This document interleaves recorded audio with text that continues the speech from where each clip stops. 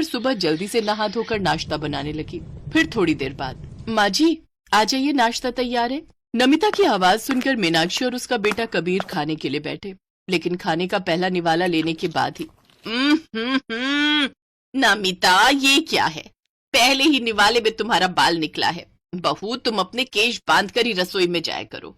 हमारे यहाँ खाना खाते हैं, बाल नहीं। और ये सब्जी में कितनी मिर्च झोंक रखी है तुमने? तुम्हें तुम्हारी माँ ने खाना बनाना भी नहीं सिखाया क्या? नमिता से कुछ कहा नहीं गया। वो चुपचाप अपनी आंखों में आंसू लिए अपने कमरे में चली गई।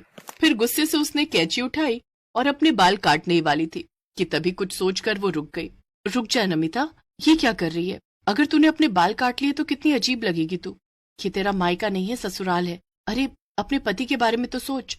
तो मैं क्या करूं? जब मैं खाना बनाती हूँ कहीं न कहीं से कोई बाल टूट कर खाने में गिर जाता है। अब जब ये बाल ही नहीं रहेंगे तो फिर खाने में कैसे निकलेंगे?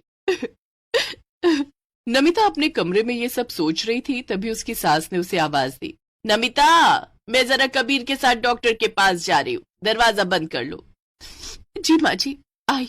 नमिता जैसे ही घर का मेन दरवाजा बंद करने को हुई, तभी दरवाजे के उस तरफ से एक बूढ़ी औरत ने उसे पुकारा। बेटी, अम्मा को बहुत भूख लगी है।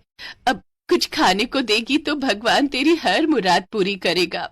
रहने दो अम्मा, भगवान को तो ना मैं दिखाई देती हूँ और ना ही सुनाई देती हूँ। खैर, तुम तो आलू पूरी खाई लो, और किसी ने तो खाई नहीं। इसके बाद नमिता उस बूढ़ी औरत के लिए अपनी बनाई हुई सब्जी और पूरियां लेकर आई।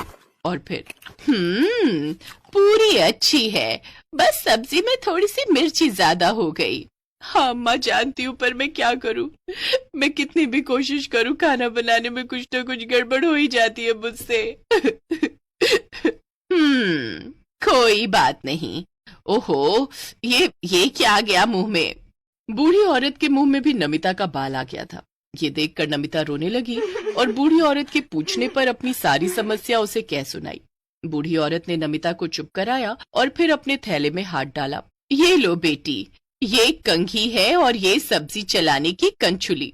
अगली बार जब खाना बनाने जाओ तो पहले इस कंघी से बाल बना लेना और खाना बन जाने के बाद इस कंछुली से 2 बार सब्जी चला देना, ठीक है? क्या पता कुछ असर हो ही जाए।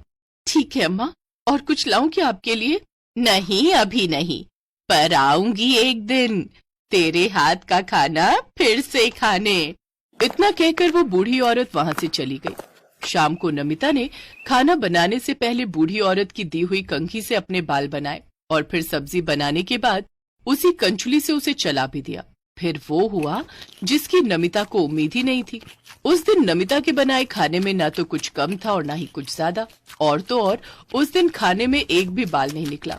मीनाक्षी और कबीर ने उस दिन खाने की बहुत तारीफ की और उसके बाद से ऐसा हर रोज होने लगा। धीरे धीरे नमिता के बाल झड़ने पूरी तरह से बंद हो गए। अपने लंबे, काले और घने बालों के साथ अब नमिता बहुत खुश थी। बस उसे इंतजार था तो उन बूढ़ी अम्मा का, जो फिर कभी उसे दिखाई नहीं दी।